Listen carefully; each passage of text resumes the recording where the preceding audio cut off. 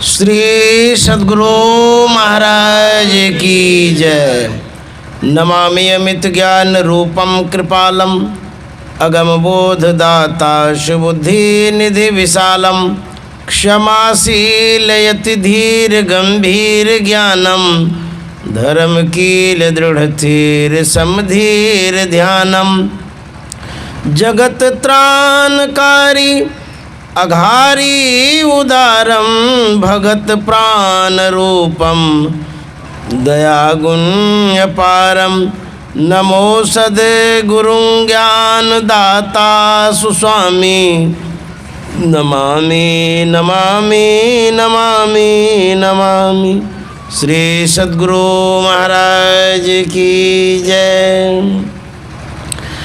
परमाराध्य सद्गुरु महाराज गुरुदेव महर्षि संत सेवी परमहंस जी महाराज मंच पर उपस्थित विनय बाबा, इस पवित्र पंडाल में उपस्थित सत्संग प्रेमी महान भाव माता एवं बहनों, आज हम जिस आयोजन में सम्मिलित हुए हैं, ज्ञात कराया गया होगा कि हमारे जो स्वर्गीय गोपी बाबू हैं, उनका श्राद्ध कर्म के उपलक्ष्य पर यह सत्संग है। हम लोग जानते हैं श्राद्ध तब किया जाता है जब किसी की मृत्यु होती है। कोई न कोई मरे हुए व्यक्ति होते हैं, उन्हीं का श्राद्ध कर्म किया जाता है। श्राद्ध श्रद्धा से किया जाता है। श्रद्धा से आप सत्संग कराते हैं, ये बहुत बड़ी श्राद्ध है, बहुत बड़ा ये कार्यक्रम है। बहुत तरह से हम श्राद्ध कर सकते हैं। ज्ञान के द्वारा धन दान करके कर सकते हैं, पाठ करके कर सकते हैं, पूजा करके कर सकते हैं, अपनी भावनाओं को अभिव्यक्त करके कर सकते हैं। विविध तरह से श्राद्ध कर्म किया जाता है। लेकिन हमारे समाज में जो परंपरा है पंडितों के द्वारा पूजा करना, यह विशेष रूप से हम लोग करते हैं। कर्म कांडात्मक कार्य है वो। श्राद्ध श्रद्धा से की जाती है। हम स्वर्गीय गोपी बाबू के विषय में सुन चुके हैं। वो पुराने सत्संग प्रेमी थे, बड़े अच्छे साधक भी थे, समाज सेवी भी थे। समाज को संत मत में जोड़ने का कार्य वो करते थे। यह उनकी विशेषता है, खासियत है। और उन पुण्यात्मा के कारण ही हम लोग एकत्रित हो पाए हैं। उन्होंने समाज को दिया है, ज्ञान दिया है, समाज को परोपकार किया है। कोई भी व्यक्ति जब कुछ किसी के प्रति करते हैं, तब हम कृतज्ञता व्यक्त करते। तो हमारे गोपी बाबू ने बहुत कुछ किया है इस समाज के लिए। जैसा कि उनके मित्रों के द्वारा हम सुन रहे थे, उनका विचार बड़ा उत्तम था, मधुर भाषी थे। गोस्वामी जी ने बड़ा अच्छा कहा है कि यदि आप जीवन में सुख चाहते हैं, एक नहीं अनेक बहुत प्रकार का सुख चाहते हैं, तो गोस्वामी जी ने कहा है, तुलसी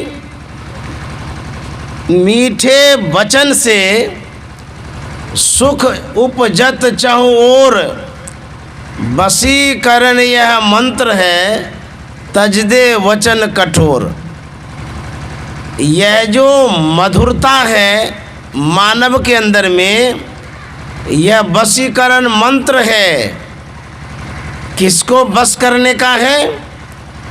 समाज में जो हमारे प्रिय हैं, मित्र हैं, सगे संबंधी हैं, उनको यदि अपना बनाना चाहते हैं तो कहते हैं मधुरभाषी बनिए। जैसा हमारे गोपी बाबू थे, उनकी मधुरता के ही कारण समाज में यश कीर्ति फैली।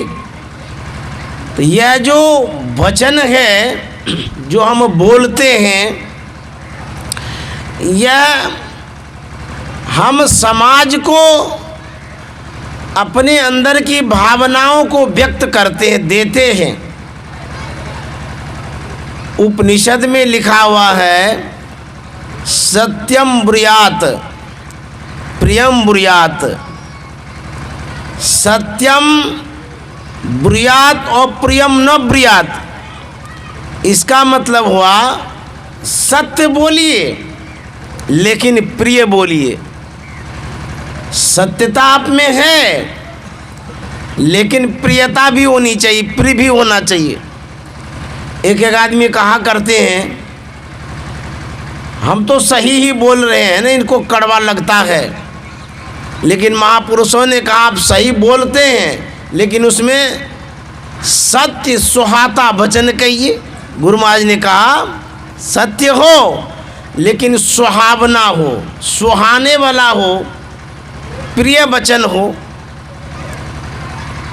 इस तरह से बोलने में अंतर पड़ता है। कोई कोई अक्खड़ व्यक्ति होते हैं, खड़ा बोलते हैं, खोटा बोलते हैं। संत महात्मा कहते हैं खड़ा बोलते हैं, अच्छा करते हैं, लेकिन उसमें मधुरता भी होनी चाहिए। मधुरता से और क्या होता है? कहते मधुर वचन है औषधि, कटुक वचन है तीर, श्रवण द्वार है संचरे घाले सकल शरीर। यदि आप मधुरभाषी हैं, उस शब्द में गुण है, कहते हैं औषधि का गुण है।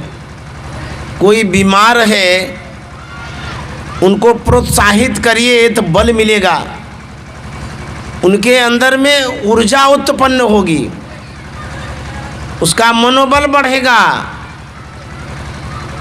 बहुत आदमी बोलते हैं लेकिन मनोबल को घटा देते हैं। इसलिए संत महात्मा कहते हैं ये वचन जो है ये औषधि का काम करता है। कबीर साहब ने लिखा है वाणी तो अनमोल है, जो कोई बोले जानी, ये तराजू तौल के तब मुख बाहर आनी। वाणी अनमोल है। कौन सी वाणी? कहते जो हृदय रूपी तराजू पर तौल करके बोलते हैं। ऐसा नहीं कि जो मुंह में आया बक दिए। बोलिए सोच के, समझ के, संभल के। उस वाणी का महत्व होता है।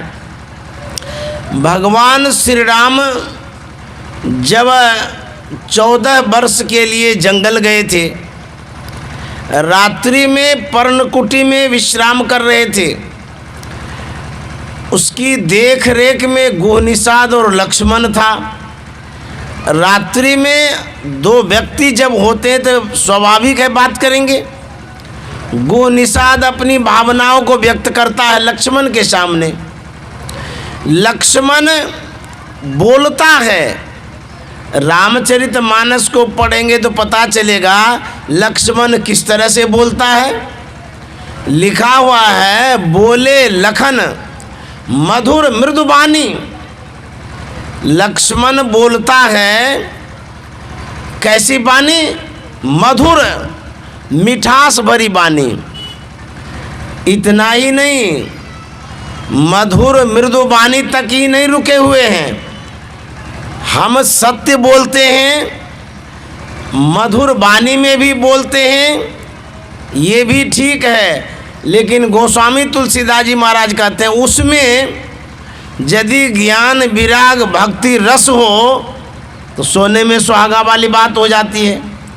तो लक्ष्मण मधुर बात कहता है मिठास है बात में। और क्या विशेषता है? कहते हैं ज्ञान विराग भगत रस सानी। जैसे हम लोग चाशनी देते हैं अचार में, गुड़ का देते हैं, चीनी का देते हैं, तो मिठास बढ़ जाता है।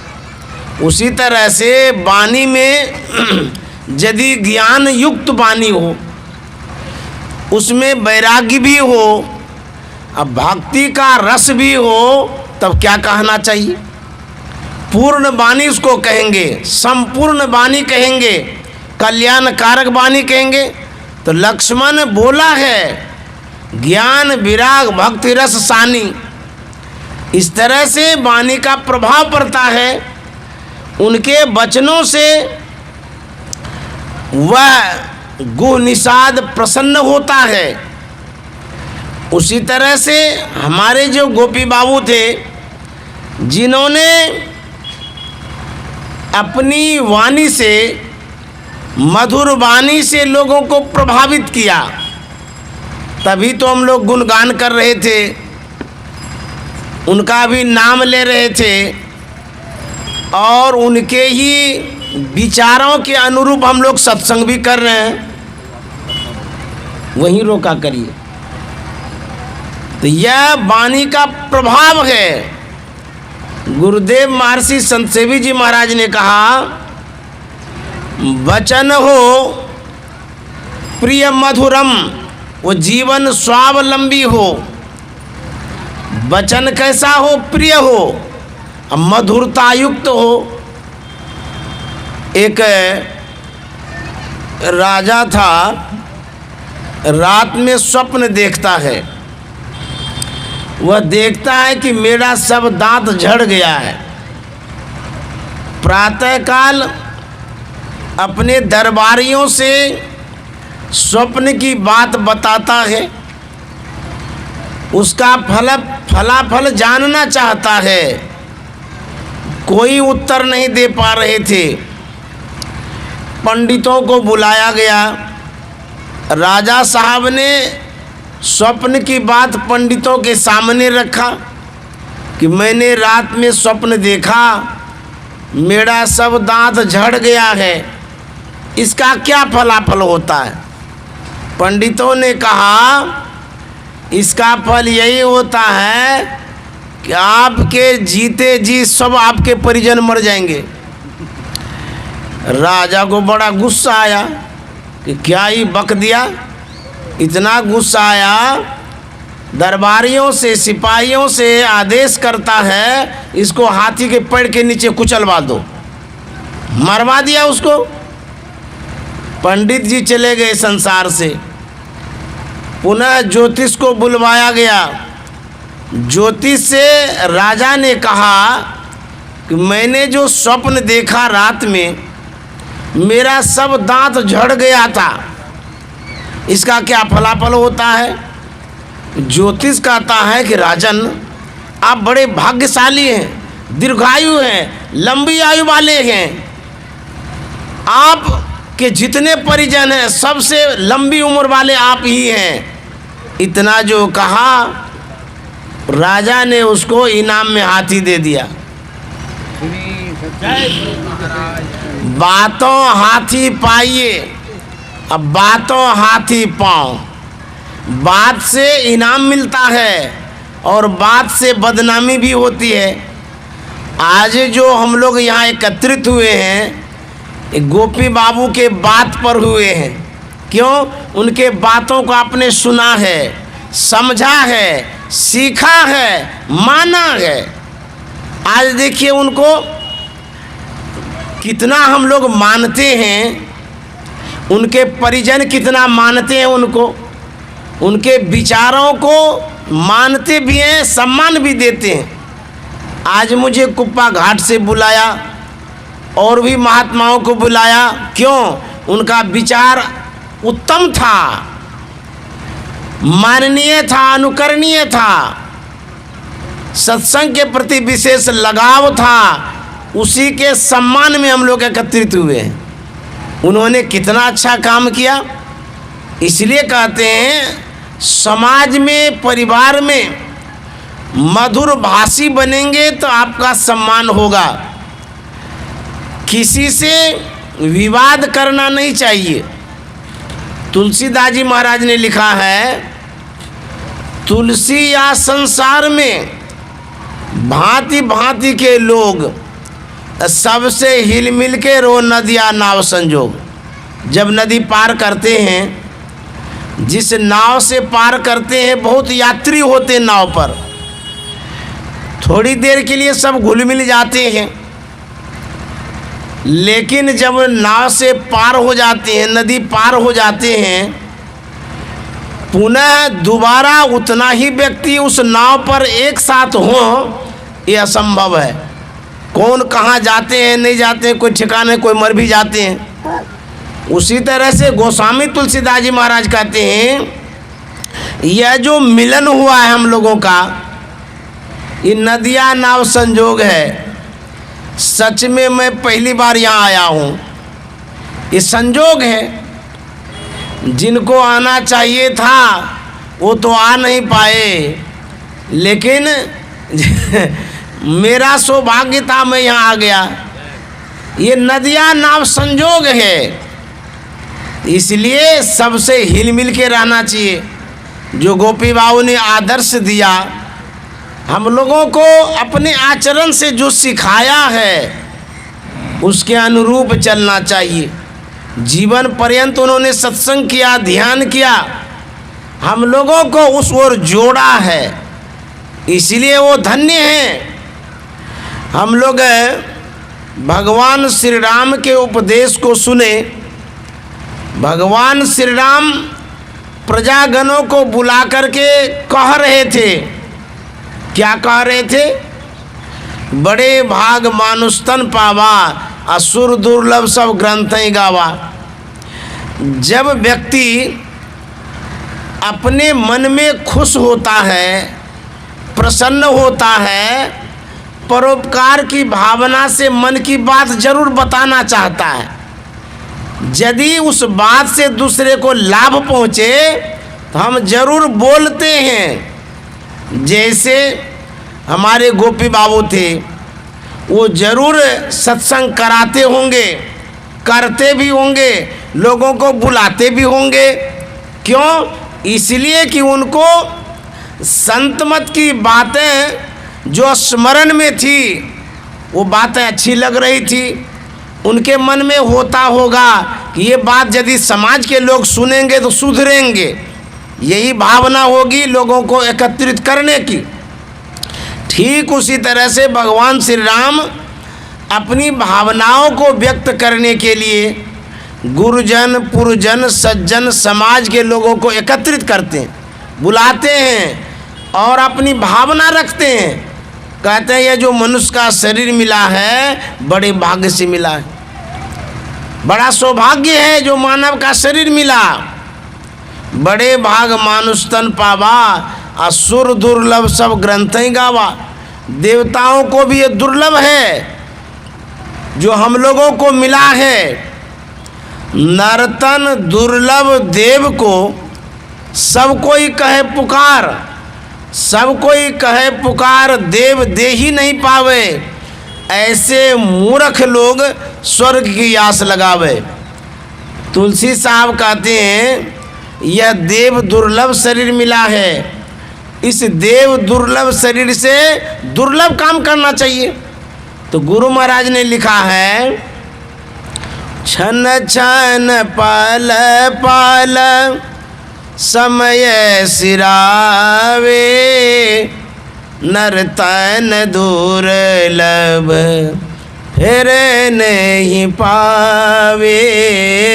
छन छन पल पल समय सिरावे, नर्तन दुर्लभ फिर नहीं पावे। यह जो समय है एक एक क्षण में बीतते जा रहा है।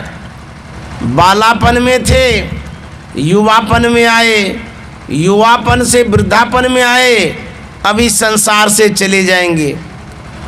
गुरु महाराज जब अंतिम घड़ी में थे थे उस समय उन्होंने उपदेश दिया था।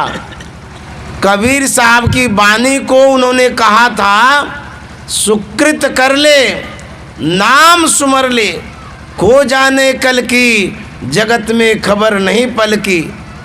गुरु महाराज ने कहा था शुभ कर्मों को कर लीजिए, सुबह से शीघ्रम, शुभ काम में देर नहीं करनी चाहिए। बहुत लोग टाला टूली करते हैं, कहते हैं सबसे बढ़कर के शुभ कर्म क्या है। गुरु महाराज ने कहा सबसे बढ़कर के शुभ कर्म है नाम सुमर ले। नाम अर्थात जो संत सद्गुरु द्वारा बतलाया गया नाम है उसका स्मरण करेंगे, ये सबसे बड़ा शुभ कर्म है। को जाने कल की, हमें पता भी नहीं चलता है कौन कब कूच कर जाते हैं, कब चले जाते हैं, ये भी पता नहीं चलता है। अचानक मृत्यु हो जाती है। काल अचानक मारसी ज्यों तीतर को बाज, अचानक मर जाते हैं हम संसार में। हम लोग सोचते हैं कि अभी नहीं मरेंगे, लेकिन मृत्यु कब आ जाएगी इसका कोई पता नहीं है। बच्चे भी मरते हैं, युवा भी मरते हैं, बूढ़ा तो मरते ही हैं। इस जीवन का कोई ठिकाना नहीं है कब मर जाएंगे। इसीलिए कहता नाम सुमर ले। कबीर साहब ने लिखा है, नाम हरि का जप ले बंदे, फिर पीछे पछताएगा। नाम हरि का जप ले बंदे, फिर पीछे पछताएगा।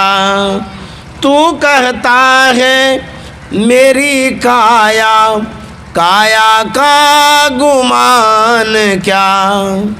तू कहता है मेरी काया, काया का गुमान क्या। चांद सा सुंदर ये तन तेरा, मिट्टी में मिल जाएगा। चांद सा सुंदर ये तन तेरा, मिट्टी में मिल जाएगा। नाम हरि का जप ले बंदे, फिर पीछे पछताएगा। नाम हरि का जप ले बंदे, फिर पीछे पछताएगा। कबीर साहब कहते हैं, ए भाई भगवान का नाम ले लीजिए, नहीं तो बाद में पछताना पड़ेगा। अभी सुंदर शरीर मिला है, सुव्यवस्थित शरीर मिला है,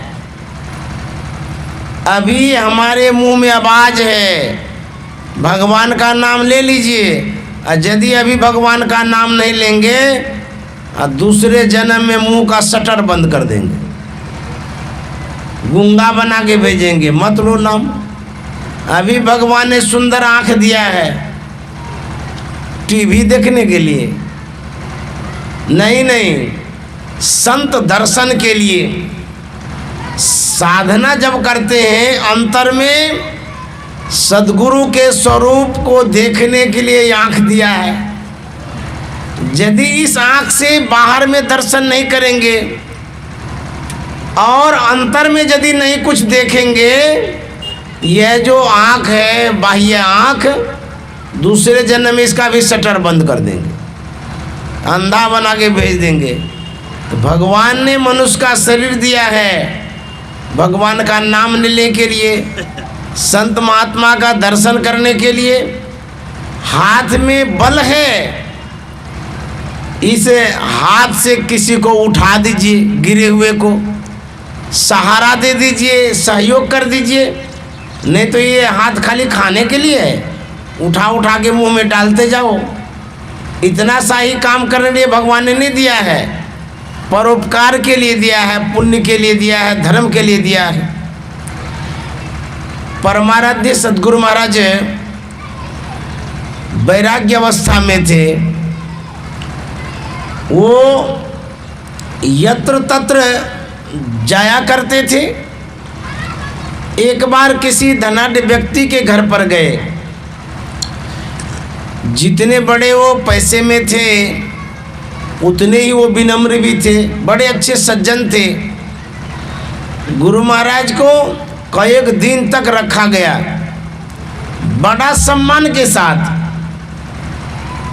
जब गुरु महाराज को जाना था, वह व्यक्ति कुछ दूर तक जाता है छोड़ने के लिए। हम लोग के समाज में ऐसा होता है कि हमारे जो मेहमान आते हैं कुछ दूर तक छोड़ने जाते हैं सम्मान की दृष्टि से। वह वृद्ध जाता है छोड़ने के लिए एक सीमा भर। उसके बाद वृद्ध ने कहा कि बाबा अब आप जाइए अपने गंतव्य की ओर, अब मैं अपने घर की ओर लौट रहा हूँ। उस समय गुरु महाराज ने उस बूढ़े से कहा था कि मेरी धृष्टता क्षमा करें तो मैं एक बात पूछना चाहता हूँ। उस बूढ़े ने कहा इसमें धृष्टता की क्या बात है, आप बाबा हैं, पूछिए क्या पूछना है। तो गुरु महाराज ने कहा था आप इस समाज के इतने बड़े आदमी हैं, आप धनाढ्य व्यक्ति हैं, आपके दरबार पर हाथी है, घोड़ा है, नौकर है, चाकर है, भरा पूरा परिवार है, प्रतिष्ठित व्यक्ति हैं आप यदि किसी को कह देते कि बाबा को कुछ दूर छोड़ दीजिए, शायद आपकी बात को कोई नहीं नकारता। आप नौकर से कहते वो चला आता, बेटे से कहते वो भी छोड़ने आता, समाज के लोगों को कहते वो छोड़ने आ जाता। मैं जानना ये चाहता हूँ इतने बड़े आदमी होकर के भी आप स्वयं हमारे जैसे साधु को छोड़ने आए। तो उस वृद्ध ने क्या कहा था कि बाबा मेरा जो शरीर है, मेरी जो अवस्था है, मैं उस मुकाम पर पहुंच गया हूं जैसे पका हुआ आम हो, कब टपक जाएंगे पता नहीं। मेरे मन में हुआ मैं वृद्ध हो गया हूं, कब शरीर छूटेगा नहीं छूटेगा। इस बूढ़े शरीर से साधु की सेवा हो जाए, उसी भावना से मैं आपको यहाँ छोड़ने आया हूँ। यह शरीर किस काम का है जानते हैं? जा दिन मन पंछी उड़ जई है तो क्या होगा? ता दिन तेरे तन तरवर के सबे पात झर जइए। यदि सांस निकल गया कोई नहीं पूछेगा। जिनसे आप मिलते थे, हास प्रयास करते थे, खाते पीते थे एक साथ, वही क्या कहते हैं? घर के कहत सवेरे काढ़ो, भूत हो ये घर खइए। कहते जल्दी निकालो घर से। क्यों? इसलिए कि ज़्यादा दिन रखोगे लाशें खराब हो जाएगी, भूत बन जाएगा। तो भूत लोग ऐसा मानते हैं। देखिए क्या संबंध है, क्या मित्रता है, क्या रिलेशन है आपका। वही व्यक्ति है अब उसको कहते जल्दी निकालो यहाँ से। शरीर तो पड़ा हुआ है फिर भी उसको रखना नहीं चाहते हैं। तो संत महात्मा कहते हैं सांस जब तक है तब तक तो आस है, जैसे सांस निकल गया सब फूसफास है। हाँ नहीं पूछेगा। अभी बाबू कहलाते हैं, प्रणाम करता है लोग, सम्मान करता है। कहीं सांस निकल गया तो इतना जरूर सम्मान करेगा कि श्मशान घाट पहुंचा देगा, उसके बाद जला के राख कर देगा। कोई दोस्ती नहीं, कोई मित्रता नहीं। इसलिए सूरदास जी महाराज कहते हैं जा दिन मन पंछी उड़ जई है, ता दिन तेरे तन तरवर के सबे पात झर जई है। घर के कहत सवेरे काढ़ो, क्यों? भूत हो ये घर खइए, जा दिन मन पंछी उड़ जइए। बाबा नानक ने बड़ा अच्छा कहा है। इस संसार की जो मित्रता है, जो दोस्ती है, जो रिलेशन है, उसके लिए बाबा नानक कहते हैं जगत में झूठी देखी प्रीत जगत में झूठी देखी प्रीत, जगत में झूठी देखी।